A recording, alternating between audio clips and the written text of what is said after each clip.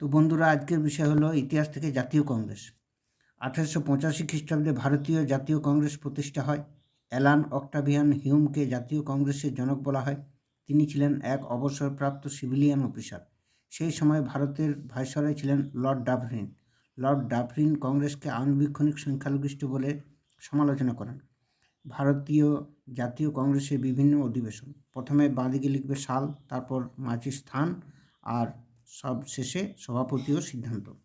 1885 মুম্বাই, গোকুল দাস তেজপাল সংস্কৃত college, 72 জন সদস্য ছিল, উমেশচন্দ্র ব্যানার্জি।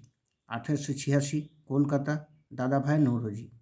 1887 মাদ্রাজ, বদরুদ্দিন তৈয়বজি প্রথম মুসলিম সভাপতি। 1888 এলাহাবাদ, জর্জ উইলি প্রথম বিদেশি সভাপতি।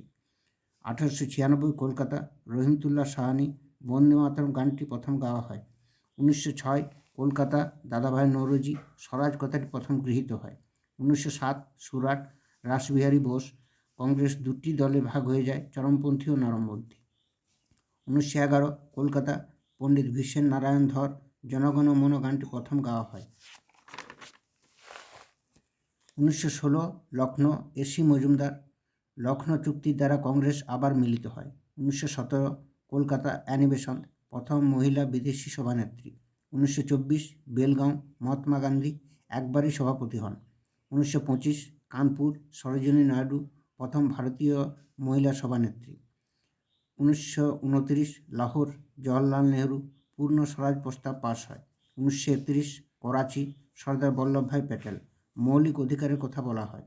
1933 কলকাতা, নীলা সেনগুপ্তা, পশ্চিমবঙ্গের প্রথম মহিলা সভানেত্রী। 1905 বারাণসী, গোপালকৃষ্ণ গোখলে। 1938 হরিপুরা, নেতাজি সুভাষচন্দ্র বসু। 1939 ত্রিপুরী, নেতাজি সুভাষচন্দ্র বসু পট্টাভি সীতারামায়াকে পরাজিত করে, এবং তিনি ইস্তফা দিলে রাজেন্দ্র প্রসাদ সভাপতিত্ব করেন। 1940 লাহোর, মৌলানা আবুল কালাম আজাদ, পাকিস্তান প্রস্তাব পাশ হয়। 1946 মিরাট, জে.বি. কৃপালিনী। 1948 জয়পুর, পট্টাভি সীতারামায়া। 1950 নাসিক, তুলসীরাম দাস। এই বিষয় সম্বন্ধে এটাই ছিল।